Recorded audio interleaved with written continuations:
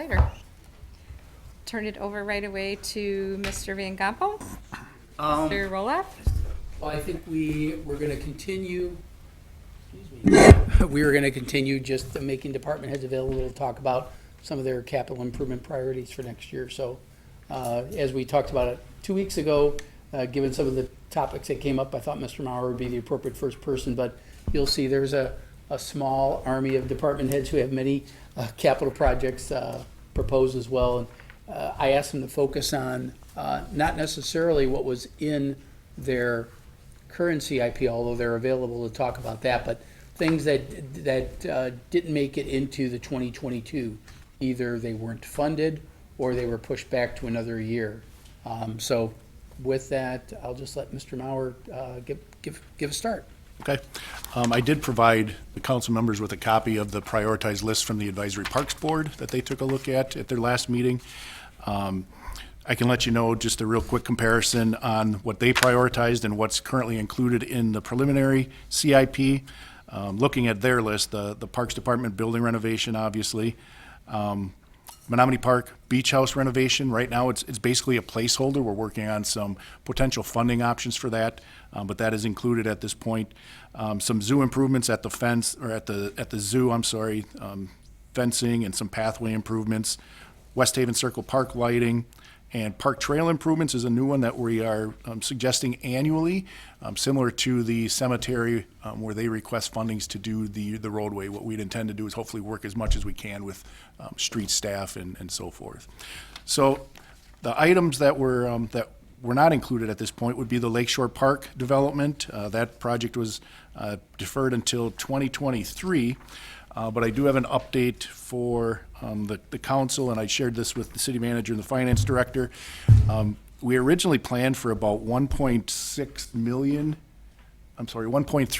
in improvements over there, mainly trails, trail connections from the new Four Season building when it's built, trails on the west side along with parking to get connection to the Tribal Heritage Trail. So we applied for a DNR grant for 50% of that, so 50% would be $600-some thousand. I did receive a phone call late last week on a tentative offer for grant funds from the DNR. It's not as much as we were hoping for. It was about $216,000 is all they would be able to fund our project at.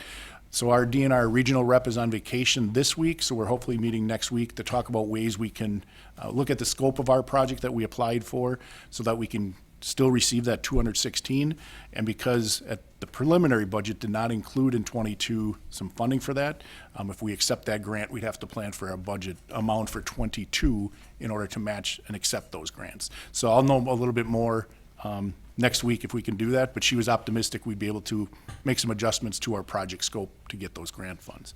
So that's one project I wanted to talk to you about. One thing I won't dwell on it, but I wanted to go back into all of our park plans that we've done since 2012 and our comprehensive outdoor recreation plan.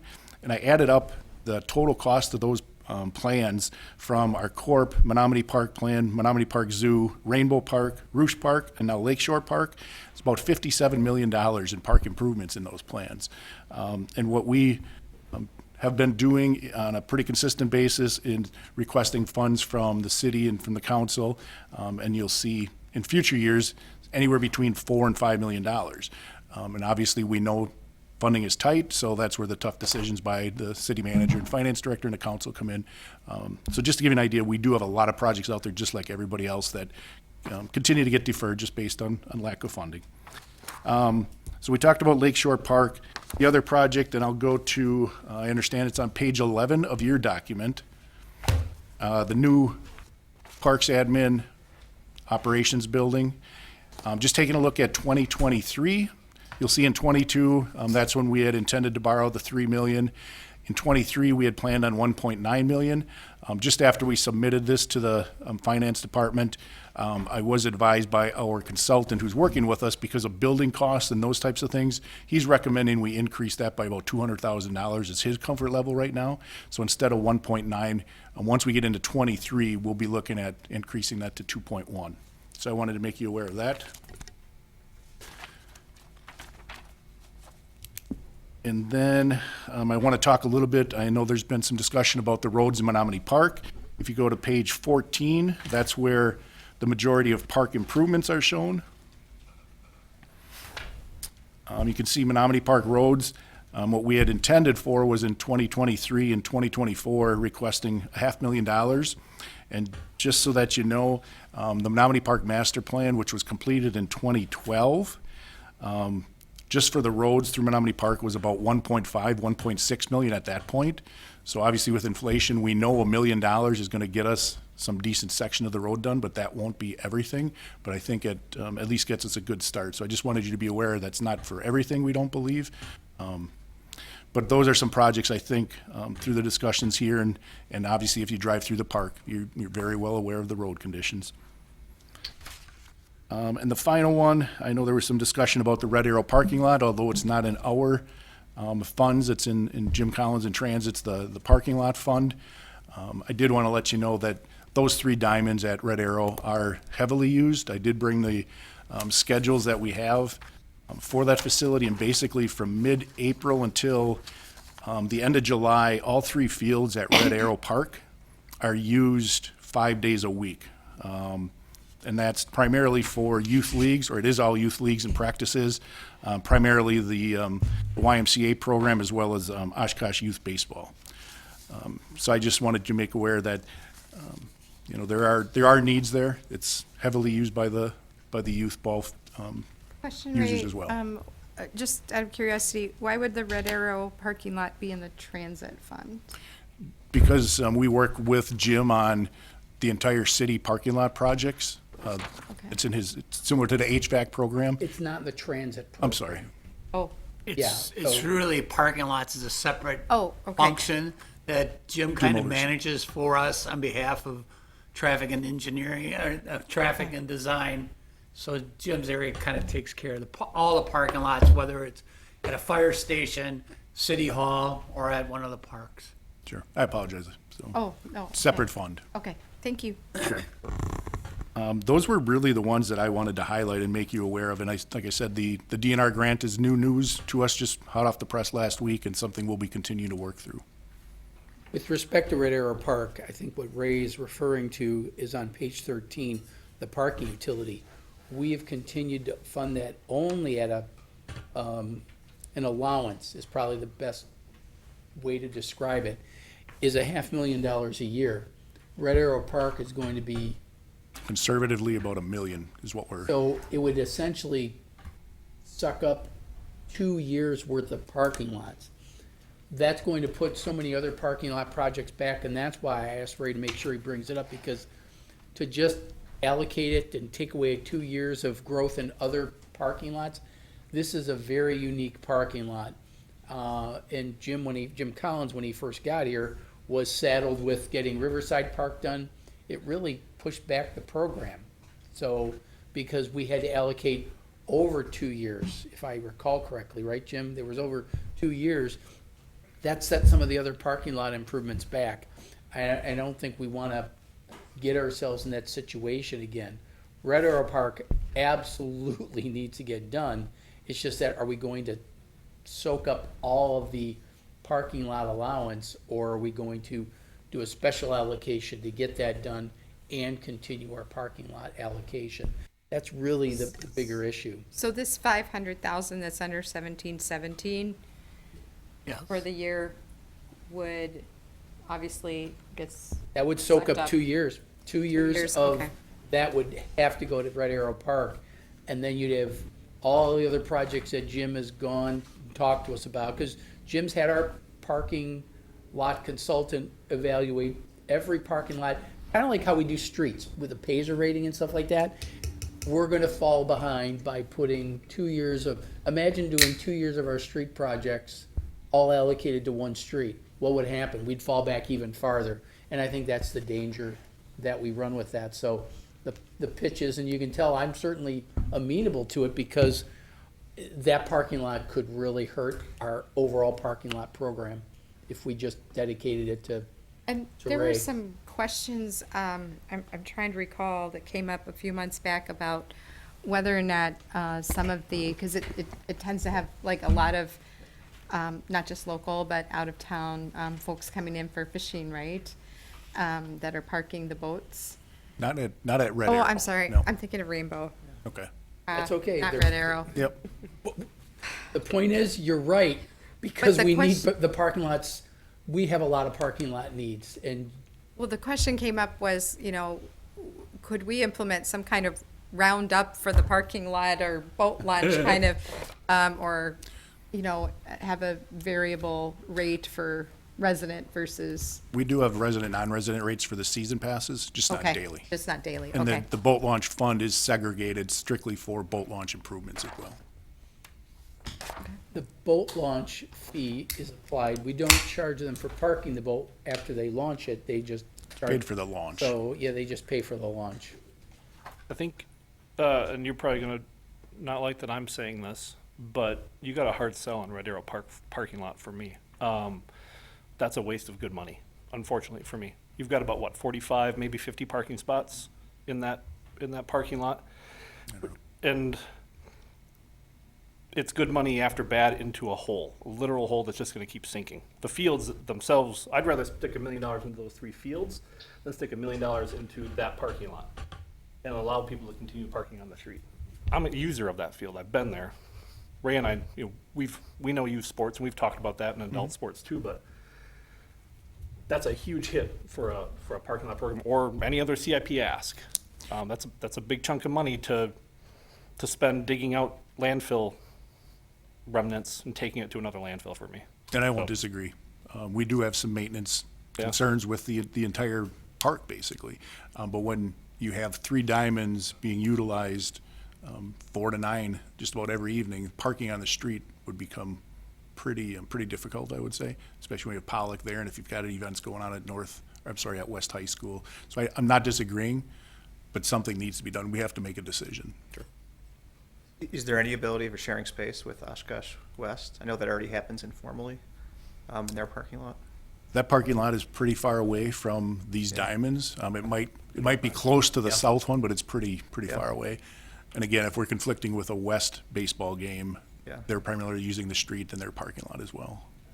Softball at the same time And as softball. well. Yeah, I believe we do have, what is it, 30,000 that goes to them for shared parking there, but is that more in conjunction with Pollock? At the pool, At the west parking lot? yeah, by Alberta the school Kimball. district supports the pool by $40,000 Okay. annually as contribution towards the community facility, basically. It doesn't, That parking lot's all the way over on Yeah, Eagle, far from the not north. Westfield. correct. It's not an easy one. but- Well, as the parking utility used to say from the consultants, Oshkosh has a walking problem, not a parking problem. I pulled the numbers because we request numbers from each youth group every summer. And we have 630 to 700 youth during each summer using those 3 diamonds, basically from mid-April until mid-July, early August. Weekly? When they give us their numbers, like OIB and YMCA, I pull their numbers because that's primarily their field. So 630 to 700 over the last 2 years are the numbers I received from those 2 organizations. Yeah, and just to give you some background, so, like, I've been here 7 years, we update that parking, study every 5 years, so the last 2 times they've done it, Red Arrow is obviously one of the worst parking lots in the city. So we had AECOM do a stormwater and a feasibility study, which also included the opinion of probable cost to reconstruct it, because we weren't sure, first of all, if it was even feasible. They have determined it is feasible. Their estimate was around 700,000, but we don't really know until we know.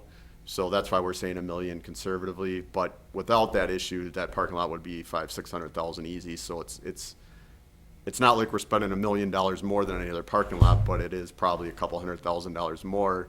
So that's when I asked Ray, I said, well, how important is this? Because it is the worst parking lot on this list. And that's what he said, it's used heavily. So I said, well, if we're gonna keep the ball diamonds there in use, people gotta park somewhere. So we need to discuss it and decide, what we need to do there. Do we just let it forego forever, or do we do something with it? So that's kind of where we're at. And it's, like Mark said, we get that $500,000 a year, and usually that gets maybe 1 parking lot done.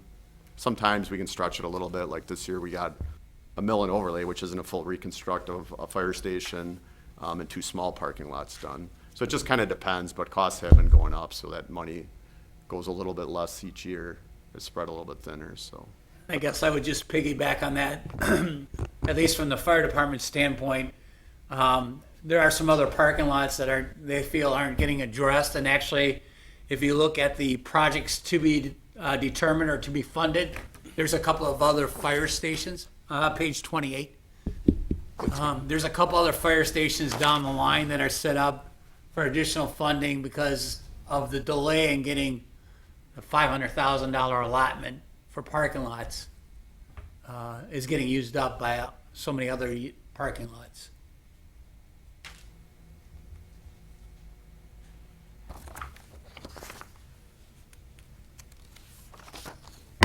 That's all I had.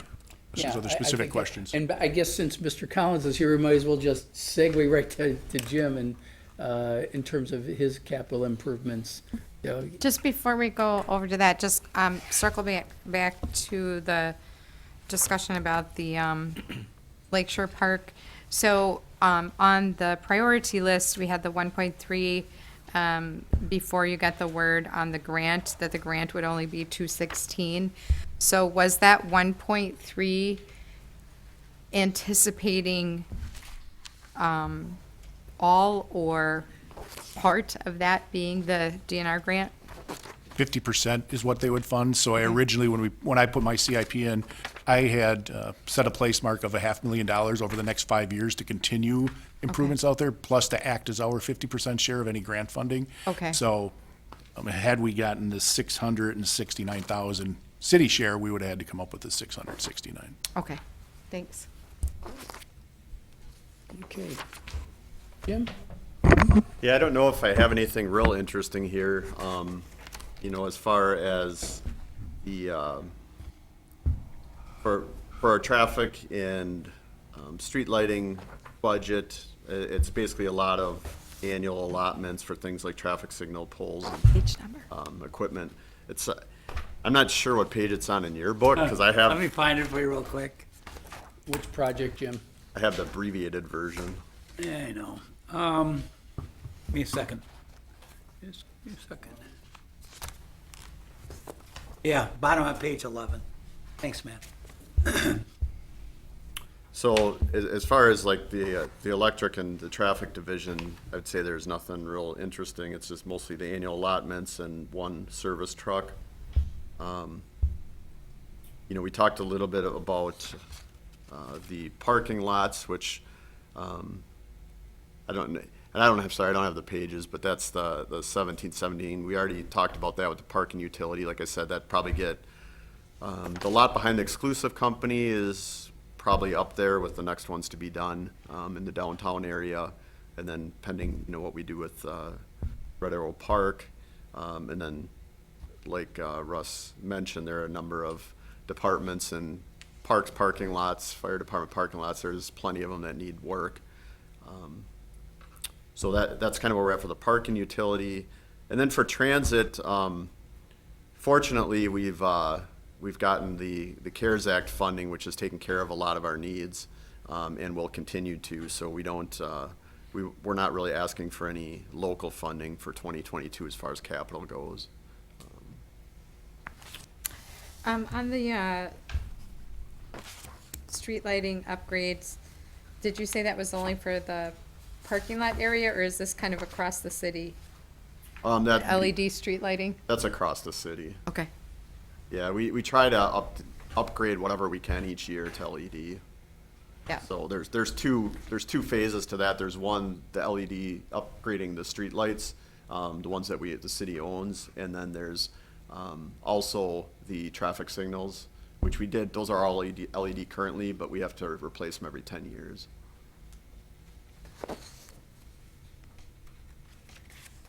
So, fortunately or unfortunately, I don't have much that's needed from the city as far as capital for this year, just thanks to the federal funding we received.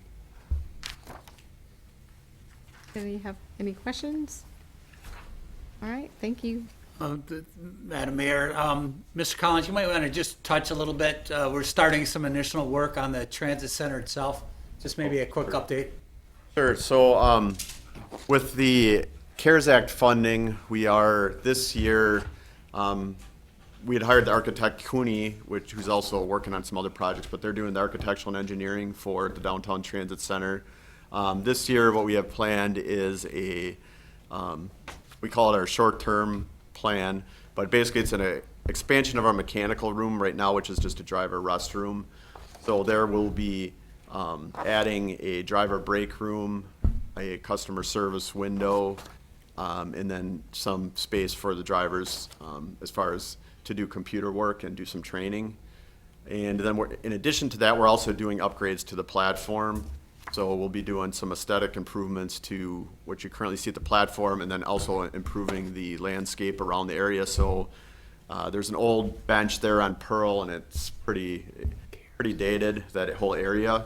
So we're gonna upgrade the aesthetics of that whole area, some new signage, some new landscaping, and then repair some of the pavement around on the platform. The bricks, or I should say the pavers, have become loose and they're unsettled, so there's some tripping hazards, so we're gonna be replacing that.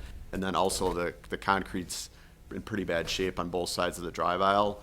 So that's our initial plan. That'll get done this fall into early winter. And then we did ask Cooney to kind of give us some ideas for long-term, and that would allow us for a little bit of extra room. Right now, we have enough room for our 6 buses when they come every half hour, and then we have 2 Lamers buses that use Lamers because we don't have enough room for them. Or we also have Cobeson, which runs Route 10, which gets a little tight. So we do have some preliminary plans to possibly add another platform just to the, I guess it would be a little bit northwest of where we are. So kind of where that the Grand Opera House office is, and then we have a street right next to that, possibly adding something in that area. And then when we do that, we would also look at possibly adding a public facility. And that would be, at that time, we have to decide if we wanted to add like public waiting area and restrooms. So we're looking at that potentially after we get the short-term plan done. There's a possibility we might have some ARPA funding that we could use for that.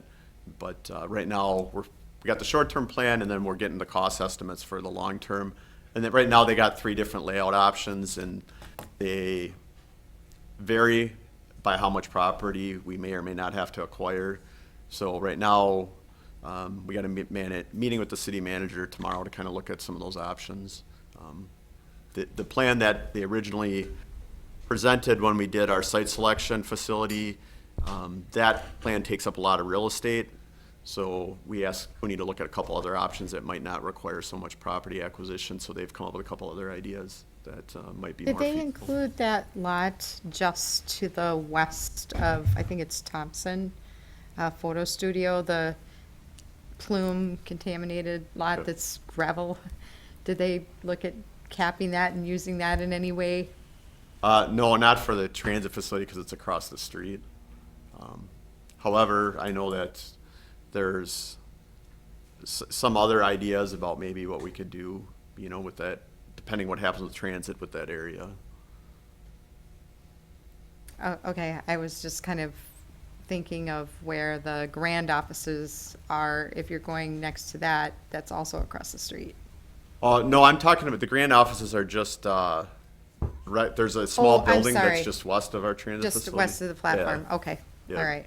The other side of the street, you got the Grand, and then you got Thompson Studio, and then that lot, which, Okay.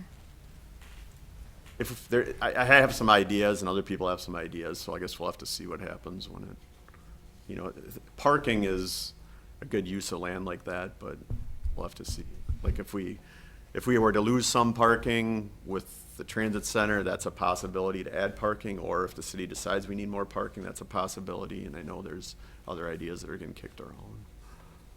Okay. Thank you. All right, thanks. I probably put Kelly up, Ms. Nyforth is doing community development, including TIF. Probably the larger of the projects. Sure. Try to refer to the page numbers for us if you would. You might not have the pay numbers. So I think I do. translator. I think Okay. I might.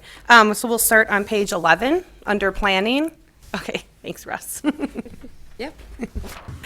So a lot of our CIP items is plan implementation and also, meeting our strategic planning goals.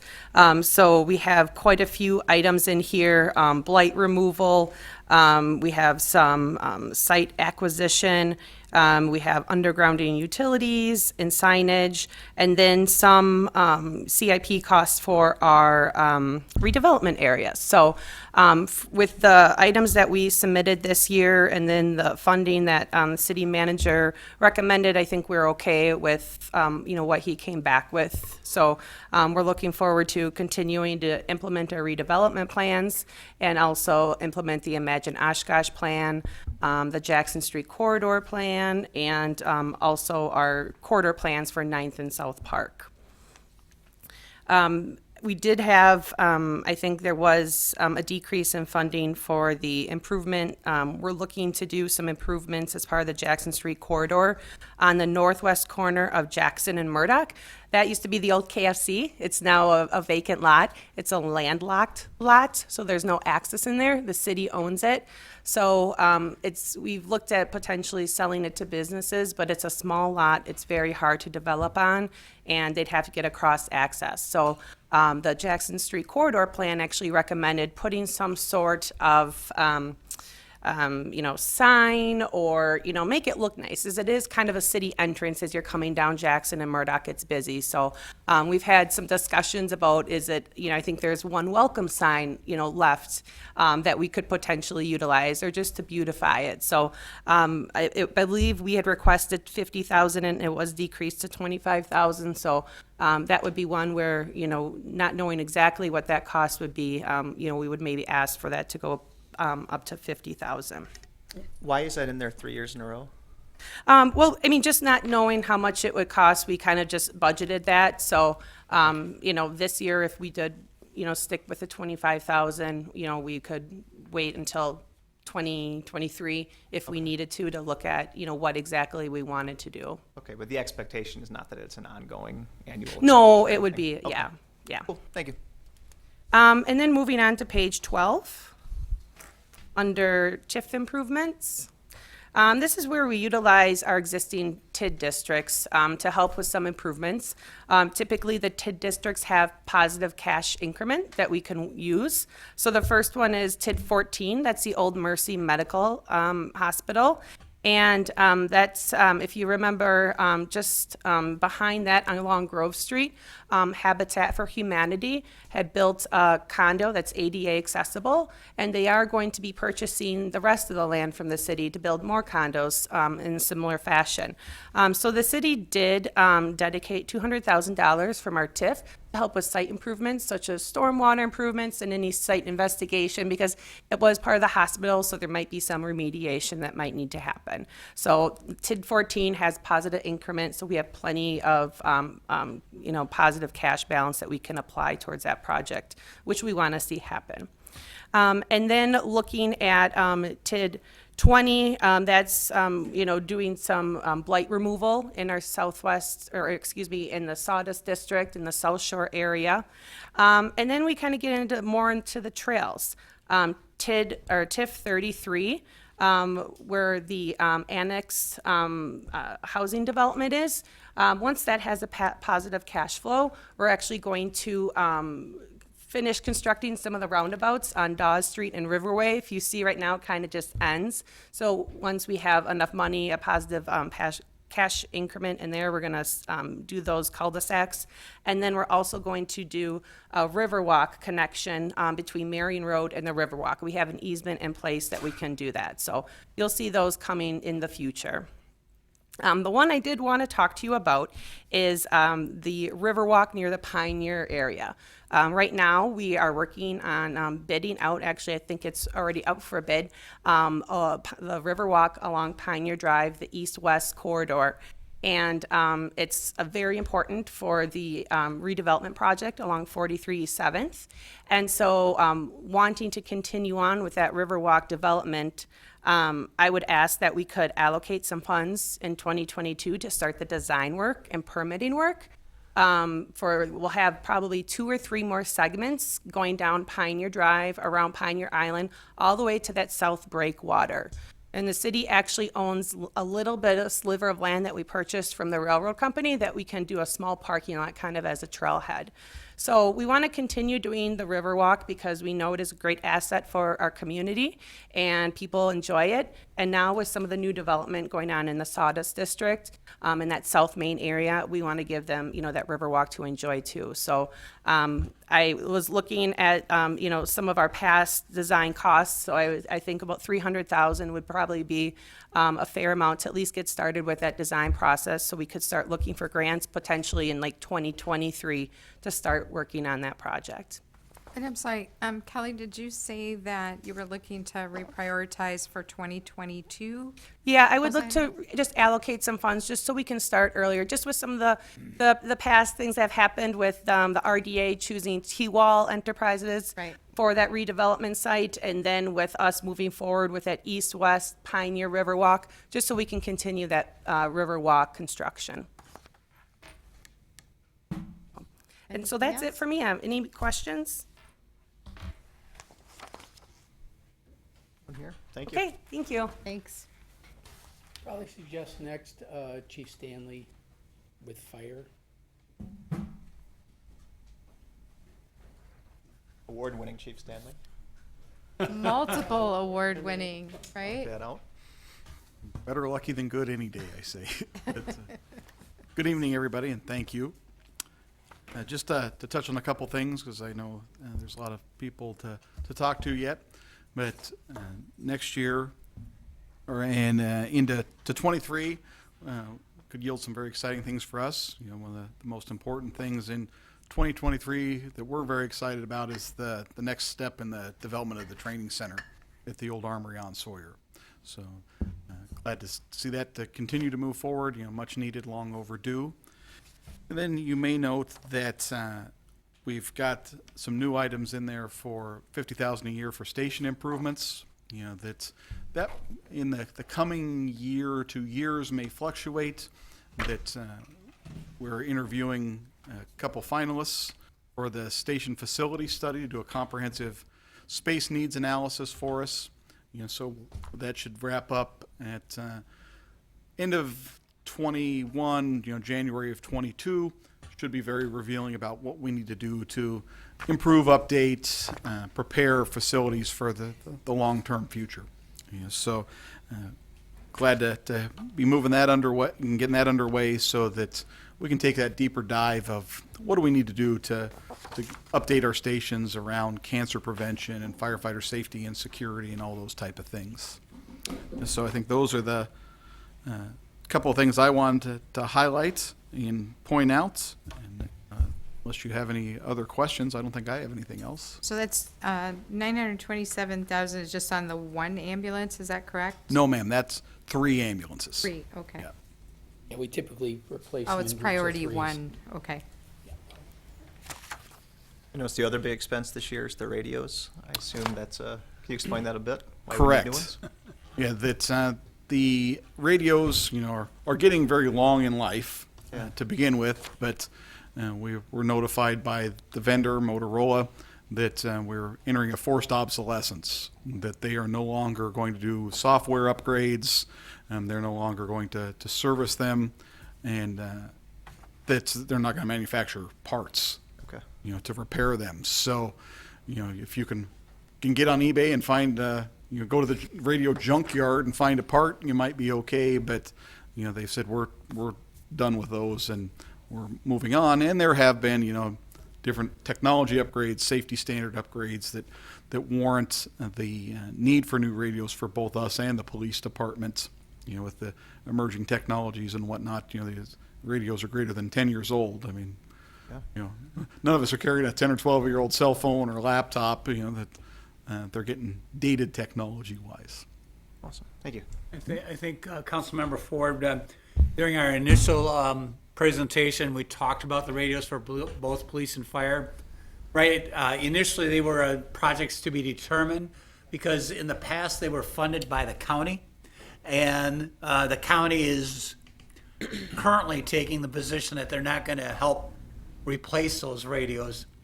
That'll now turn to all the local governments in Winnebago County including surrounding townships and villages.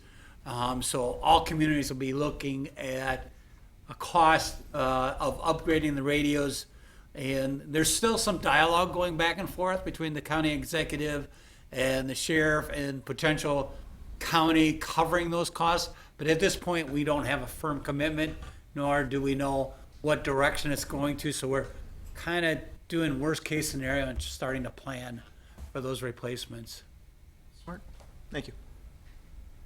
And I think there, Chief, there was a question about why did this come up? Because this hadn't been in previous CIP documents, and you touched upon it briefly, but I think it's appropriate to talk about, this came upon rather suddenly, but it really had to do with the notice that we received that the support was ending without really much advance notice. Yeah, that was a big portion of it, and then, the Finance Director Van Gompel touched on another portion of where would the funding source come from. The County Fire Chiefs Association here in Winnebago County has, tried to collaborate, and could we pursue grant funding, which, we'll still continue to do. That what is this radio system going to look like? How do we do a whole-scale replacement, still have interoperability? There's some new developments afoot at the state legislative level with a project called WISCOM, that's going to mandate statewide that if you participate in that so that you can all talk to each other, you've got to upgrade to an 800 megahertz frequency. So that coming down the pipeline as well, and that actually was approved by the legislature. So now we have to continue to move that direction with new radios, things like that. So a lot of things outside of our locus of control that are driving the upgrade. And I touched on things like NFPA standards and things that have emerged too. So as Mr. Van Gompel said, as a precaution, as part of the first supplemental allocation for the 20 million that the council direction was, that 2,155,000 that's identified on page, let's see, it's page 28, I believe, yeah. That's what Mr. Van Gompel, he's just passing this out. He had mentioned it last time, but just to refresh your memory. Thank you. We had initially proposed 14,930,000 for projects for general debt financing. We're suggesting that the entire 2,155,000 Sir? be used to do the projects to be determined, because they were clearly priorities. It was just a matter of where we can get the funding. If we get lucky and some other funding source becomes available for these radios, which are 1.7 million of the 2.1 million, so it's the bulk of the money is for the radios, we'd be more than happy to take that supplemental funding and then come back to council and say, we have this additional capacity. We can either pass on borrowing, which is a legitimate option, or redirect other projects. So, those are kind of the things that Russ and I are looking at in terms of how we're proposing to get to the 20 million. If you assume that the 2,155,000 gets allocated, then we have a balance of 2.9 million that could be reallocated. But the radios were such a high priority that we put those in first. And my plan was, again, we would be open to comments and suggestions, but to complete this list with other things that were talked about 2 weeks ago and tonight, and compile a list of our recommended projects for you to consider to get to that $20 million. In addition to the projects, again, that were recommended in the CIP. So I have a list started from what has been talked about, and then we can put it out there and see once if you're all in agreement or not.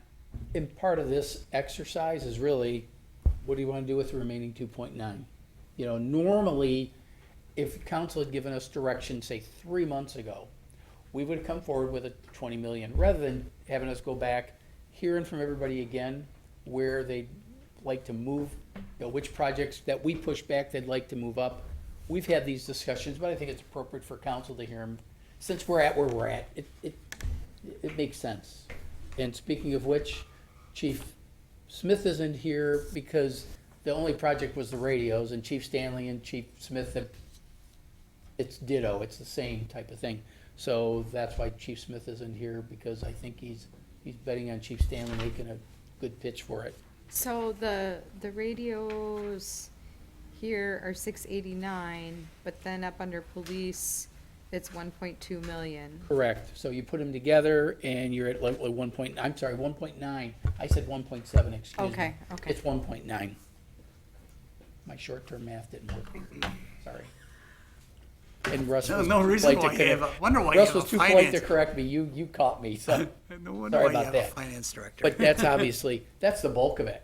So if we somehow, the county came through at the end, and a lot of that will depend on, what happens is the smaller local fire departments are going to really be the ones that will influence the county on this. It's not us, even though we're the biggest, we're not driving the bus on this. The smaller fire departments will certainly impress upon the county that they can't afford it and they would like the county to. And once the county commits to the smaller municipalities, then they've got to commit to the larger ones as well. And they've consistently done it, and it's not, but we can't bank on that because that goodwill doesn't last forever. So, and I would say the fact the county's contributed to that, I want to commend the county for doing it. I just would like to commend them just one more time. So we'll see. Chief, I don't think there's anything. No further I'm questions? gonna let Mr. Larson come on up and talk about museum projects. I'm saving Fitz for last because you can break for the council meeting at that point. Brad, go ahead, please. Hi. Actually, I don't want to, the projects that we have for 2022 and the upcoming years are very manageable. They're important. They're all in the building, but really what I want to talk about is the big unfunded project. And why that's important is because unlike some of the other departments which are scattered all across the city, the museum is really a tight site. We're in less than 3 acres. So everything we do to the building and everything we plan affects everything else. So we've tried to be really strategic in the projects that we have proposed so that everything really works together. But there's one big unfunded project that's been going on for a long time, and some of you have heard about it, and that's we need to make building modifications. And why that's important is because it affects everything else on that site. The parking lot, the foundation of the carriage house, everything is connected to the decision on that building. So the building right now is very challenging to use. So for example, using it Titanic as an example, logistically, it's a tough building to mount a big exhibit like that. It's a very inefficient building. So changes have to be made to the structure. There's 2 ways to go, and both of them are costly. The basic way to go is just modifications to the building, which will probably cost about $1.5 million. We have about $600,000 in the capital campaign right now. But that option results in a net loss of space. A net loss of space. It makes the building more efficient, but it has a net loss of space. The other option, and this is the one that we pursued over the last couple of years, and we have a design in place. We worked with Ingberg Anderson of Milwaukee. We have a great design in place. That'll cost about $6.3 million. And that will carry the museum well into the future because it increases the amount of space as well as increases the efficiency. So either decision, whichever way that the council would want to go on a building project like that, will affect the rest of the site. And then the rest of the projects will fall into place, those mainly being landscaping and parking lot projects. So that's really what I want to stress to the council. At some point, that building's going to have changes. Our first strategic plan when I got here was adopted in 1992. In 1992, that plan included the fact that the building needed changes. So here we are, 3 decades later, we still need changes to that building, and every year it becomes more and more acute. So that's the one big unfunded project. And once a decision is made on that, one way or the other, then all the rest of these can fall into place over the years. What we have in the capital improvement right now and over the next, say, 3 to 5 years, they are all very manageable projects. They're all necessary, and they're all going to be, I think, an essential component. But until we really address that other big question out there, the rest of it is got to remain unfunded or undone, the rest of the building changes. So you're talking about over and above the 430,000 projected for 2022? These items? I'm sorry, say that these- question again? So these unfunded items are over and above Yes. what are in the 430,000 Yes. projected for And 2022? most of them, I think, go out to 2024, 2025 now. Correct. Talking about the Steiger wing modification. That's correct. And so right now, the modification structure is in there, and that's the smaller of the two.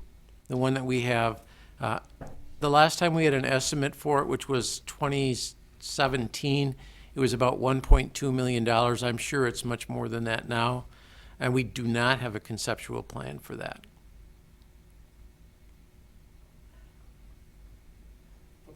I know you've got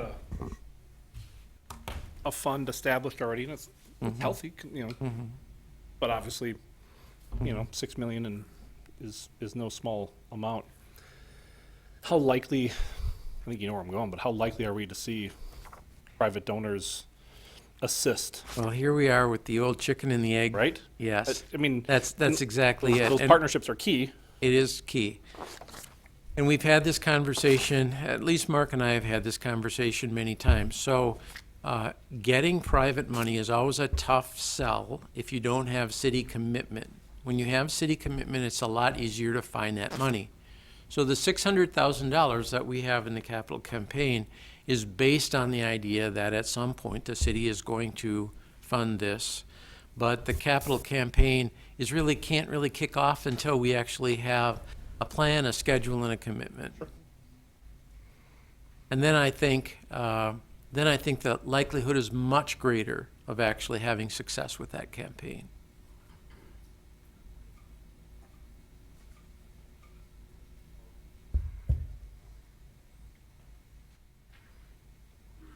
Anything for Mr. Larson? All right, Thank thanks. you. Thanks, Brad. And then Ms. Fitzpatrick, primarily facilities in this case. You get 60 seconds and go. I wouldn't even give them that. I appreciate City Manager Roloff knows I like to be brief, succinct, and to the point, so we'll make this quick. I already used 3 words too. He'll be here all week. Remember to tip your waitress. Yes. Yeah.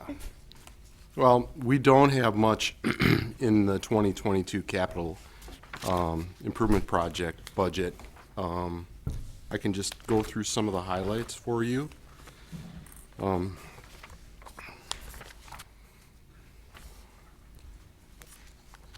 We do have office furniture replacement. I think some of that's based, it's primarily made up of office furniture replacement in police and fire. We're involved in a renovation of the safety building right now, so there are some replacement pieces for that area, but we manage it citywide. So I don't want to give you the impression it's just those 2 areas, but that's the budget that we came up with for the entire city. The next item that I can talk about is, and I know some of the council members that have been here a while are familiar with it, it's a HVAC roofing replacement program. And the way we run that program, it's kind of like a sinking fund where we set aside $500,000 in each budget. And then John Urban in General Services and Facilities Maintenance, he works with all the different departments to prioritize those projects, and then we try to accomplish as many of those with the dollars that we have allocated each year. So I think it's a program that really has been pretty successful for us. Rather than having each individual department just try to lobby for their efforts, pooling that all together because we know it's an ongoing need. I think the departments feel like they're in line, but that there is hope that they're gonna have their project funded at some point.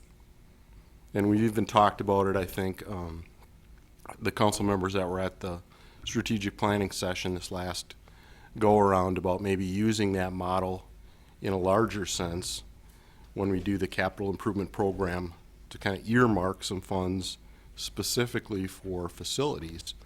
Because as council knows, we have some ongoing needs for that as well. So to dedicate funds to that, I think would go a long way toward the same sort of outcomes that I just described for HVAC and roofing. So that's my commercial for that. We'll move on.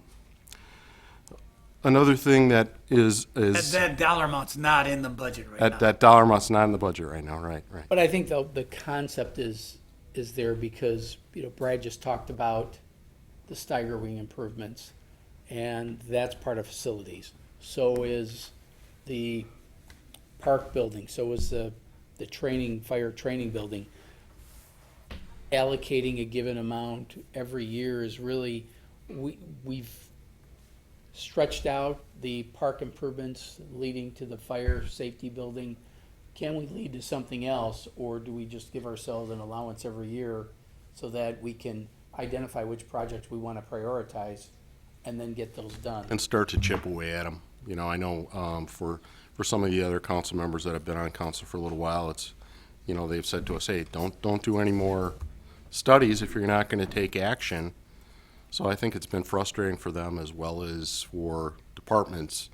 They kind of get their hopes up that maybe something's going to happen and then it never does. So it's just a concept, it's an idea, and I think it, hopefully you'll consider that when you make your decision about the CIP. And I think the last one is along the same lines, that segues real well to the ADA.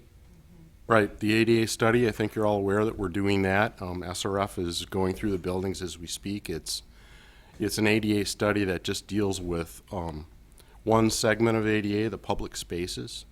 So when we get that report, we can use that as an overlay for some of the other facility needs that I know, council is trying to struggle with in terms of make a decision about prioritization. So hopefully we'll have that soon. They're working, like I said, all across the city this week, and I believe they're going to be working next week on it. So we're hoping to get that finalized. One other large project that I'll just say real quickly is elevator replacement in the safety building. We have 2 elevators over there, and that's going to be pretty costly. That's going to be about $100,000 when we undertake that project. They're over 30 years old. So I think we're hoping they hold up, but there's no guarantee that that's going to take place. And I'm sure that, we'll hear more about that through the ADA study in terms of accessibility for people that need to gain access to those different levels of the building. So, On the 100,000 that's in for 2022 for ADA improvements to city buildings, what does that get us? that's just kind of a plug number right now.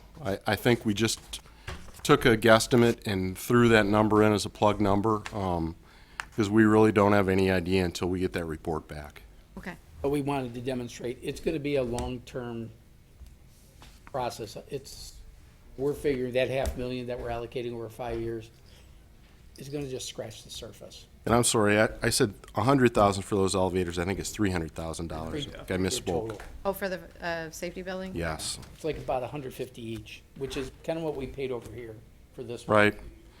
And since I have a few minutes left, just the only two other projects we have in 2022 are Senior Center North front desk replacement. That's something where it's very noisy there, and for the patrons, sometimes it's difficult for them to hear and for the staff to address some of the needs that they have. So there's some sound deadening. There's just a little more modernization that could take place. That's really the idea behind that. And then finally, the other one, I thought maybe we agreed to, no, I don't see it on We're gonna here. have to wait because we still have to do the pre-meeting stuff. Yep, no, that's it. That's all I have.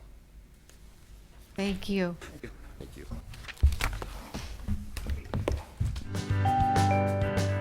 The Oshkosh Common Council is currently in a break. For a schedule of all GovTV programming, visit our website at oshkoshmedia.org. This is Gov.